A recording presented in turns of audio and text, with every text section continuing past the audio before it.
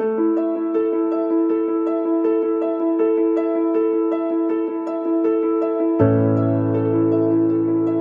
Students, career point education के YouTube platform पर एक बार फिर आपका स्वागत है। आज की क्लास में हम 5 दिसंबर का करंट अफेयर्स देखेंगे कि कौन सी ऐसी इवेंट्स थी जो कि हमारे परीक्षा के पर्पज़ से इंपॉर्टेंट हो सकती है। दूसरी चीज़ कि हम इस क्लास में क्या किया करेंगे कि सबसे पहले हम उस पर्टिकुलर डेट पे जो भी स्पेशल डे के रूप में मनाया जाता है, जैसे अंतर्राष्ट्रीय बैंक दिवस के रूप में 4 दिसंबर को मनाया जाता है, तो इस प्रकार से जो इवेंट्स होंगे उसको क्लियर करेंगे। उसके बाद में हम इंटरनेशनल न्यूज़ जो होगी वो, फिर national news, economics news, sports news और फिर सबसे लास्ट में जो फेमस पर्सनैलिटीज़ जिनकी हाल ही में डेथ हुई होगी उनकी न्यूज़ को हम यहाँ पर देखेंगे। तो चलिए आगे बढ़ते हैं, एक एक करके देखते हैं कि कौन कौन से इवेंट्स हैं जो कि 5 दिसंबर में हुए हैं और साथ ही साथ हमारी परीक्षा के पर्पज़ से इंपॉर्टेंट हैं। ठीक, तो चलिए सबसे देखते हैं। सबसे पहले अंतर्राष्ट्रीय बैंक दिवस। तो अंतर्राष्ट्रीय बैंक दिवस कब मनाया जाता है? 4 दिसंबर को मनाया जाता है प्रतिवर्ष अंतर्राष्ट्रीय बैंक दिवस। तो हर साल 4 दिसंबर को विश्व स्तर पर अंतर्राष्ट्रीय बैंक दिवस मनाया जाता है। संयुक्त राष्ट्र महासभा द्वारा 19 दिसंबर 2019 को 4 दिसंबर को अंतर्राष्ट्रीय बैंक दिवस के रूप में घोषित किया गया था। यानी कि पिछले साल 19 दिसंबर को, हर वर्ष 4 दिसंबर को अंतर्राष्ट्रीय बैंक दिवस के रूप में बनाने की घोषणा संयुक्त राष्ट्र महासभा द्वारा की गई थी।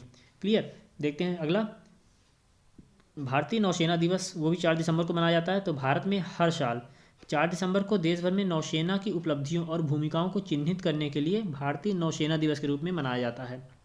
4 दिसंबर को वर्ष 2020 के नौसेना दिवस की theme Indian Navy combat ready, credible and cohesive है। Indian Navy combat ready, credible and cohesive है।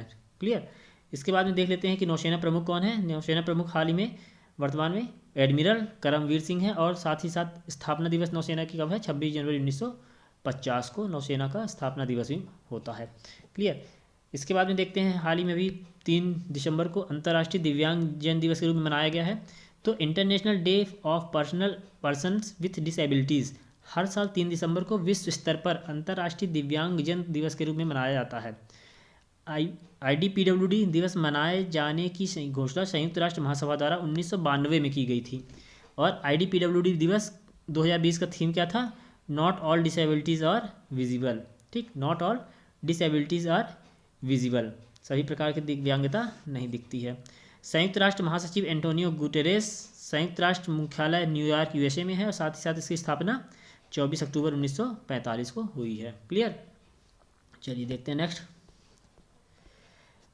रोशनी नाडार ने कोटक की सबसे अमीर महिलाओं की रैंकिंग 2020 में किया टॉप। यानी कि कोटक की अमीर महिलाओं की जो रैंकिंग 2020 में इन्होंने जारी की है उसमें सबसे शीर्ष पर कौन है? रोशनी नाडार, SCL की चेयरपर्सन। तो SCL टेक्नोलॉजीज़ की chairperson Roshni Nadar Malhotra Kotak wealth Hurun leading wealthy women report के दूसरे संस्करण के अनुसार भारत की सबसे अमीर महिलाओं की सूची में सबसे ऊपर हैं। SCL टेक्नोलॉजीज़ की चेयरपर्सन रोशनी नाडार। यह रिपोर्ट कोटक महिंद्रा बैंक और Hurun India, Kotak Mahindra bank और हुरून इंडिया की एक इकाई कोटक वेल्थ मैनेजमेंट द्वारा तैयार की जाती है। क्लियर। तो ये किसके द्वारा तैयार की जाती है रिपोर्ट? कोटक वेल्थ मैनेजमेंट के द्वारा तैयार की गई है। बायोकॉन की किरण मजूमदार शॉ और USB की लीना गांधी तिवारी कोटक वेल्थ हुरून अमीर महिलाओं की सूची में दूसरे और तीसरे स्थान पर हैं। शॉ इस सूची में खुद से धन कमाकर अमीर बनने वाली महिला है। क्लियर, ध्यान रखिएगा, खुद से धन कमाकर अमीर बनने वाली महिला कौन सी है इस लिस्ट में? मजूमदार शॉ। इस सूची में शामिल 19 महिलाएं हुरून इंडिया रिच लिस्ट 2020 में भी शामिल हैं और साथ ही साथ 6 महिलाएं ऐसी हैं जो कि हुरून ग्लोबल रिच लिस्ट 2020 में भी अपनी जगह बनाई हैं। क्लियर। तो ये थी न्यूज़ की रोशनी नाडार कोटक की सबसे अमीर महिलाओं की सूची में सबसे टॉप पर हैं। चलिए देखते हैं आगे, रिलायंस इंडस्ट्रीज ने 500 भारतीय कंपनियों की फॉर्च्यून रैंकिंग 2020 में किया टॉप। तो भारतीय कंपनियों की फॉर्च्यून रैंकिंग 2020 में शीर्ष पर कौन है? Reliance industries, RIL। हाल ही में जारी फॉर्च्यून 500 भारतीय कंपनियों की सूची में रिलायंस इंडस्ट्रीज लिमिटेड ने शीर्ष स्थान हासिल किया है। सूची में देश की सबसे बड़ी तेल company IOCL, Indian oil corporation limited, दूसरे स्थान पर और ONGC तेल और प्राकृतिक gas Nigam, oil and natural gas corporation तीसरे स्थान पर है। इस सूची को फॉर्च्यून इंडिया द्वारा प्रकाशित किया गया है जो कि कोलकाता स्थित RP संजीव गोयनका समूह का हिस्सा है। तो फॉर्च्यून इंडिया द्वारा प्रकाशित किया गया था कौन सी? फॉर्च्यून रैंकिंग 2020 किसका हिस्सा है? कोलकाता के स्थित RP संजीव गोयनका समूह का हिस्सा है। ठीक, तो टॉप पे कौन है? रिलायंस इंडस्ट्रीज लिमिटेड, सेकंड स्थान पर IOCL और थर्ड पे ONGC है। क्लियर। चलिए बढ़ते हैं आगे। आंध्र प्रदेश ने पास किया ऑनलाइन गेमों पर प्रतिबंध लगाने वाला बिल। तो हाल ही में आंध्र प्रदेश विधानसभा ने 1 दिसंबर 2020 को आंध्र प्रदेश गेमिंग विधेयक 2020 को ध्वनिमत से पारित कर दिया है। तो 1 दिसंबर 2020 को आंध्र प्रदेश सरकार ने आंध्र प्रदेश गेमिंग संशोधन बिल 2020 को पास किया है, जिसके बाद राज्य में ऑनलाइन गेमिंग पर प्रतिबंध लगा दिया गया है। ठीक, ऐसा क्यों किया गया है? तो वहाँ के मुख्यमंत्री YS जगनमोहन रेड्डी का कहना है कि राज्य में कुछ युवाओं द्वारा ऑनलाइन गेम खेलने के बाद कर्ज में फंसने और उनके द्वारा आत्महत्या कर लेने के कारण यह बिल पेश किया गया है। क्लियर। कौन सा? आंध्र प्रदेश गेमिंग संशोधन विधेयक 2020। क्लियर। चलिए आगे बढ़ते हैं, देखते हैं नेक्स्ट। भारतीय रेलवे को मिली Mumbai Ahmedabad high speed rail corridor के लिए पर्यावरणीय मंजूरी। तो भारतीय रेलवे को 508 किलोमीटर के Mumbai Ahmedabad high speed rail corridor के लिए महाराष्ट्र और गुजरात में सभी अपेक्षित वानिकी, वन्यजीव और तट नियमन मंजूरियां मिल गई हैं। मतलब कि महाराष्ट्र और गुजरात के द्वारा भारतीय रेलवे को सभी प्रकार की मंजूरी, पर्यावरणीय मंजूरी जो है वो प्रदान कर दी गई है Mumbai Ahmedabad high speed rail corridor के लिए। इसकी आधारशिला जो है 14 सितंबर 2017 को प्रधानमंत्री नरेंद्र मोदी और तत्कालीन जापानी प्रधानमंत्री शिंजो अबे के द्वारा रखी गई थी। ठीक, अगला है RBI मौद्रिक नीति। तो RBI मौद्रिक नीति पॉलिसी रेट अपरिवर्तित रखने का हुआ फैसला। तो RBI मॉनेटरी पॉलिसी को अपरिवर्तित करने का अभी फैसला RBI के द्वारा किया गया है। तो RBI मॉनेटरी पॉलिसी भारतीय रिजर्व बैंक के गवर्नर शक्तिकांत दास की अध्यक्षता में 6 सदस्यीय मौद्रिक नीति समिति ने मुद्रास्फीति की लचीली दर के बीच नीतिगत दर को यथास्थित यानी अनचेंज्ड बनाए रखने का फैसला किया गया। मतलब कि रेपो रेट और रिवर्स रेपो रेट में किसी भी प्रकार का परिवर्तन नहीं किया जाएगा। अब रेपो रेट अथवा RBI जिस दर पर बैंकों को उधार देता है, तो रेपो रेट क्या होता है? RBI के द्वारा बैंकों को दिया जाने वाला उधार। इसके अपोजिट अगर बात करें रिवर्स रेपो रेट, तो बैंकों के द्वारा जिस रेट पर RBI के पास में अपना जो धन होता है वो रखा जाता है, उसको वो क्या बोलते हैं? Reverse repo rate. तो रेपो रेट कितना? 4% पर और रिवर्स रेपो रेट 3.35% पर अपरिवर्तित रहेगी। क्लियर।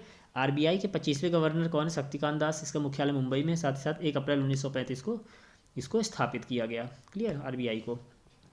चलिए आगे बढ़ते हैं। मणिपुर के नोंगपोक सेकमई पुलिस स्टेशन को भारत के सबसे अच्छे पुलिस स्टेशन का दर्जा दिया गया है। किसको? नोंगपोक सेकमई पुलिस स्टेशन को सबसे अच्छे पुलिस स्टेशन का दर्जा। तो मणिपुर के नोंगपोक सेकमई पुलिस स्टेशन को भारत के सर्वश्रेष्ठ पुलिस स्टेशनों की सूची में सबसे ऊपर रखा गया है, जबकि तमिलनाडु में सलेम के सुरार मंगलम ऑल इंडिया पुलिस स्टेशन को दूसरे स्थान पर और अरुणाचल प्रदेश के चांगलांग जिले के खरसंग पुलिस स्टेशन को तीसरे स्थान पर रखा गया है सबसे बेहतर पुलिस स्टेशन की लिस्ट में। क्लियर। चलिए अगला देखते हैं। अंतर्राष्ट्रीय सैंड आर्ट फेस्टिवल और कोणार्क महोत्सव 2020 का हुआ शुभारंभ। अंतर्राष्ट्रीय सैंड आर्ट फेस्टिवल और कोणार्क महोत्सव। तो अंतर्राष्ट्रीय सैंड आर्ट फेस्टिवल के 9वें और कोणार्क महोत्सव के 31वें संस्करण का शुभारंभ ओडिशा में हुआ है। ठीक, तो अंतर्राष्ट्रीय सैंड फेस्टिवल और कोणार्क महोत्सव कहाँ मनाया जा रहा है? ओडिशा में मनाया जा रहा है। अंतर्राष्ट्रीय सैंड आर्ट फेस्टिवल ओडिशा के पुरी जिले में कोणार्क के चंद्रभागा बीच पर आयोजित किया जा रहा है। क्लियर, कहाँ पर? ओडिशा के पुरी जिले में और चंद्रभागा बीच पर आयोजित किया जा रहा है। महोत्सव में देश भर के लगभग 70 कलाकार हिस्सा ले रहे हैं। विश्व प्रसिद्ध रेत कलाकार और पद्मश्री अवार्डी सुदर्शन पटनायक को महोत्सव का मुख्य क्यूरेटर बनाया गया है। याद रखिएगा किसको? सुदर्शन पटनायक को। ये पद्मश्री अवार्डी हैं, साथ साथ विश्व प्रसिद्ध रेत कलाकार भी हैं। तो इनको क्या किया गया है? महोत्सव का मुख्य क्यूरेटर बनाया गया है। कहाँ पर आयोजित हो रहा है? ओडिशा में हो रहा है, पुरी जिले के चंद्रभागा बीच पर। क्लियर। चलिए आगे बढ़ते हैं।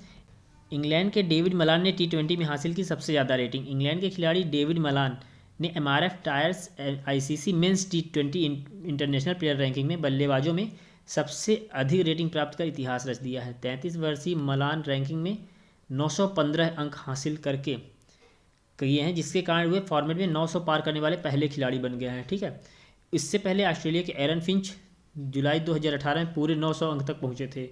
मलान के बाद पाकिस्तान के बाबर आजम 871 और ऑस्ट्रेलिया के एरन फिंच 835 अब सूची में दूसरे और तीसरे स्थान पर हैं। अगर हम भारत की बात करें तो KL राहुल चौथे स्थान पर और विराट कोहली 9वें स्थान पर काबिज हैं। क्लियर, कौन सी में? ICC men's T20 international player ranking में। क्लियर, तो पहले स्थान पर डेविड मलान 915 अंक के साथ पे। चलिए अगला देखते हैं। एथलीट से अभिनेता बने रेफर जॉनसन का निधन। तो अब बात करते हैं हम जो फेमस पर्सनैलिटी जिनका हाल ही में डेथ हुई है। तो डिकैथलॉन में 1960 के ओलंपिक में स्वर्ण पदक जीतने वाले अमेरिकी डिकैथलेट और फिल्म अभिनेता रैफर जॉनसन का हाल ही में निधन हो गया है। तो एथलेटिक्स से रिटायर होने के बाद जॉनसन ने अभिनय करियर शुरू किया और 1989 में James Bond film Silence to Kill सहित कई फिल्मों में काम में दिखाई दिए थे। ठीक ना। चलिए देखते हैं अगला।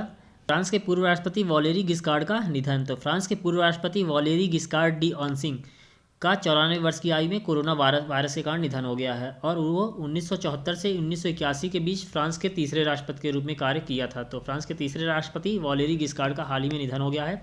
इनका जन्म फ्रांस के कब्जे वाले जर्मनी के कोबलेनज में 2 फरवरी 1926 को हुआ था। क्लियर। तो हाल ही में वॉलेरी गिस्कार्ड फ्रांस के पूर्व राष्ट्रपति का निधन हो गया है। क्लियर। चलिए देखते हैं लास्ट। पाकिस्तान के पूर्व पीएम जफरुल्लाह जमाली का निधन। तो पाकिस्तान के 15वें प्रधानमंत्री जफरुल्लाह जमाली का निधन हो गया है और 2002 से 2004 तक 1 वर्ष 7 महीने 3 दिन की अवधि के लिए पीएम के रूप में इन्होंने कार्य किया था और यह बलूचिस्तान के प्रधानमंत्री बनने वाले पहले राजनेता भी हैं। ठीक। यह उस समय देश के प्रधानमंत्री थे जब पूर्व सैन्य तानाशाह परवेज मुशर्रफ वहाँ के राष्ट्रपति थे। तो पीएम के रूप में जमाली ने विवादित कश्मीर क्षेत्र में शांति समझौते पर हस्ताक्षर करने और संघर्ष विराम का संकल्प भी लिया था। जमाली ने 2001 में तालिबान सरकार के पतन के बाद अफगानिस्तान की पहली उच्च स्तरीय भी यात्रा भी की थी। तो पाकिस्तान के पूर्व प्रधानमंत्री जफरुल्लाह जमाली का हाल ही में निधन हो गया है। ठीक। ये वहाँ के 15वें प्रधानमंत्री थे जो कि 2002 से 2004 के बीच में उनका कार्यकाल था। तो ये थी हमारी आज की क्लास जिसमें हमने बताया कि कौन से स्पेशल डे के रूप में किस डेट को मनाया गया, साथ ही साथ नेशनल इंटरनेशनल इकोनॉमिक्स स्पोर्ट्स की कौन कौन सी न्यूज़ थी उसको हमने यहाँ पर कवर किया। इसकी जो पीडीएफ होगी वह आपको अब डिस्क्रिप्शन बॉक्स में दे रखेंगे, आप वहाँ से क्या करिएगा इसको डाउनलोड कर सकते हैं इसकी पीडीएफ को, और साथ ही साथ आगे की जो हमारी क्लासेस होंगी उसकी पीडीएफ भी आपको अवेलेबल कराएंगे। आप वीडियो को ज़्यादा शेयर कीजिए, चैनल को सब्सक्राइब कीजिए, बेल आइकन प्रेस कीजिए ताकि उसकी अपडेट जो है आपको पहले मिल सके। Okay, thank you.